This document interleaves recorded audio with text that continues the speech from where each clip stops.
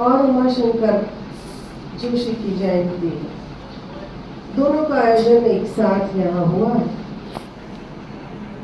मैं बात करूंगी सतगुरु पर और गुरु पूर्णिमा। शरद पूर्णिमा आप सभी जानते हैं, हिंदी खबर पढ़े थे ना, अब धीरे धीरे आदत डाल लेना।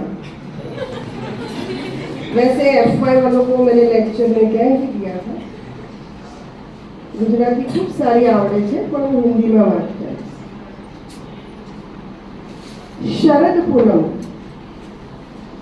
शरद पूनम में तमे दूध पौवा खाओ है ना, और गरबा रमो। शरद पूनम का जो चांद है वो चांद बिल्कुल स्वच्छ चांदनी। आप अगर ये कहें कि बिल्कुल प्रकाश ही प्रकाश, आप लाइट वगैरह की व्यवस्था न करें तो भी गरबा खेल सकते हैं शरद पूर्णिमा के दिन। सवाल यह है कि शरद पूर्णिमा को गुरु पूर्णिमा क्यों नहीं कहा गया? शरद पूर्णिमा को क्यों?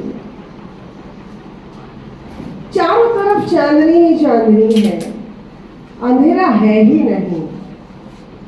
और हम जब बात शुरू करते हैं, तमसो मां ज्योतिर्गमय अस्तो मां सतगमय अज्ञानतिमिरान्धस्य ज्ञानाञ्जनशलाकया चक्षुरुन्मीलितं येन तस्मै श्रीगुरवे। कि अंधकार से प्रकाश की तरफ जाने की जो यात्रा है वो आषाढ़ के महीने में ही हो सकती है। और हमारा दुर्भाग्य है कि ये आषाढ़ का महीना सिर्फ काले काले बादल ही है। कल किसी ने चांद देखा था? दिखाई दिया?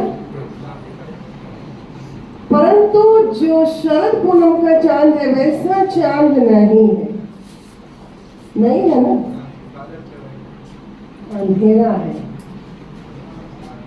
और घनघोर अंधेरा है। आषाढ़ के काले काले बादल और उसमें चंद्र को देखना। और फिर हम कहें कि ये गुरु पूनम, मतलब चंद्र के जैसा गुरु और शिष्य अज्ञानी अंधकार में फंसा हुआ, मोह माया संसार से मोह माया में ग्रस्त और अज्ञानी, और गुरु जो है वो चंद्र के समान, लेकिन वो चंद्र भी स्वच्छ चंद्र नहीं है, एकदम शरद पूनम का चंद्र नहीं है। इसका मतलब और इस दिन हम गुरु पूनम मना रहे हैं, तो कारण है बिल्कुल। मेरे सतगुरु कहते हैं कि यह एक ऐसा प्रतीक है कि चारों तरफ अंधकार है, मतलब ये अंधकार शिष्य है। और ये अंधकार कोई एक जन्म का नहीं है, कितनी ही बार जन्म लेंगे मरेंगे कितनी ही बार, लेकिन वो प्रकाश तक हम नहीं पहुंचते हैं जिस प्रकाश की बात सतगुरु करते, वहां तक तो जन्म जन्मांतर का अंधकार है। और उसमें गुरु जो है एक बिल्कुल आषाढ़ का वो चंद्र जो केवल टिमटिमाता है, थोड़ा सा हल्का हल्का, बहुत ज्यादा नहीं। क्यों चंद्र कहा गुरु को, सूर्य नहीं कहा? ये भी एक बहुत बड़ी बात है। इसमें सूर्य रोज उदित होता है, सूर्य को हम रोज देखते हैं, लेकिन सूर्य का जो प्रकाश है ना, चंद्र में सूर्य का ही प्रकाश है, इसीलिए। और वह सूर्य जिस सत्य की, जिस परम तत्व की खोज में निकलने वाला है ना, सतगुरु, जिसने सत्य को जान लिया है। देखिए, ये हम लोग जो आपको बोलते हैं, चाहे उमाशंकर के विषय में बोले, चाहे प्रेमचंद के विषय में बोले, चाहे कुछ भी बोलिए, ये ज्ञान नहीं है, ये सिर्फ इंफॉर्मेशन है। ज्ञान ज्ञान में फर्क है। अगर सचमुच में गुरु पूर्णिमा की बात करनी है तो, है ना, सिर्फ सूचनाएं हैं, अनुभूति नहीं है, उसमें कोई भाव नहीं है, न ही उसमें कोई प्रज्ञा है। तो आषाढ़ की यह पूर्णिमा महत्वपूर्ण इसलिए है कि अंधेरे में जो शिष्य है वो प्रकाश की तरफ जाना चाहता है, और प्रकाश की तरफ ले जाने का काम गुरु करता है। और इसीलिए अंधकारपूर्ण रात्रि को पसंद किया गया है।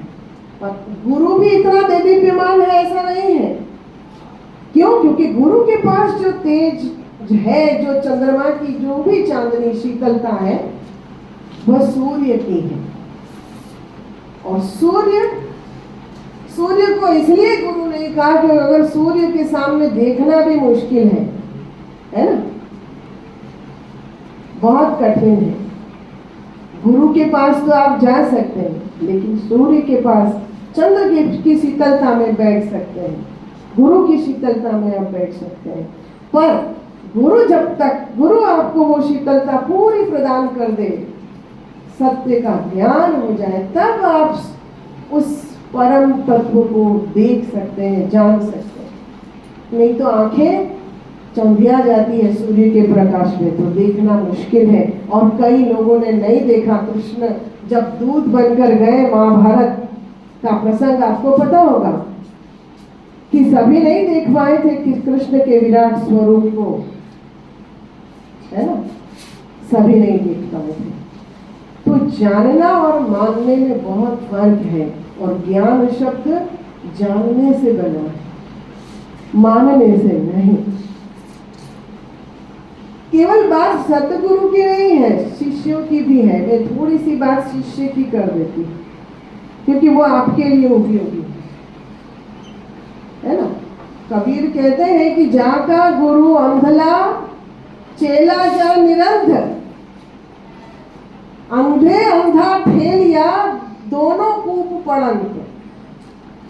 जिसका गुरु भी अंधा हो, अज्ञानी हो, अंधा होने का मतलब है अज्ञानी, तो शिष्य भी अज्ञानी, फिर दोनों एक दूसरे को अंधे अंधा ठेलिया, दोनों कूप पड़ंत, कुएं में गिरेंगे। फिर अंधा अंधे को क्या देगा, कौन सी दिशा देगा। और शिष्य के लिए बहुत जरूरी, शिष्य ऐसा हो जैसे विवेकानंद। शिष्य कैसा हो? विवेकानंद जब रामकृष्ण के पास पहुंचते हैं तो प्रश्न करते हैं, क्या आपने ईश्वर को देखा है? ईश्वर कौन है? परमात्मा कौन है? क्या आप सत्य को जानते हैं? ये अलग बात है कि रामकृष्ण जवाब देते हैं कि मैंने तुझे देख लिया, है ना। तो ईश्वर, और यहीं से एक विवेकानंद बहुत बड़ा संत कहो, फिलोसोफर कहो, युवाओं का ये कहे कि युवाओं के लिए में चेतना, भारत की जो चेतना है वो जागरूक करने का प्रयास विवेकानंद ने किया। यहीं से शुरू होता है कि जन सेवा ही प्रभु सेवा। कहने का अर्थ